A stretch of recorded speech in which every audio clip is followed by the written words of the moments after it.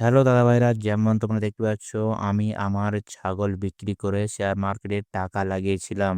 তো টোটাল টাকা যেটা লাগিয়েছিলাম এখানে তোমরা দেখতে পাচ্ছ, এই টাকাটা লাগিয়েছিলাম প্রায় 88,694 টাকা। তার মধ্যে আজকে একদিনের মধ্যে, একদিন নয়, এটা করেছিলাম 1 সপ্তাহ আগে। 1 সপ্তাহের মধ্যে এটা এত লস চলে গেছে এবং আজকে শুধু ১৪০০ সামথিং, মানে ১৩,০৯৮ টাকা, মানে ১৪০০ টাকা ধরে রাখো, এটা প্রফিট দিচ্ছে।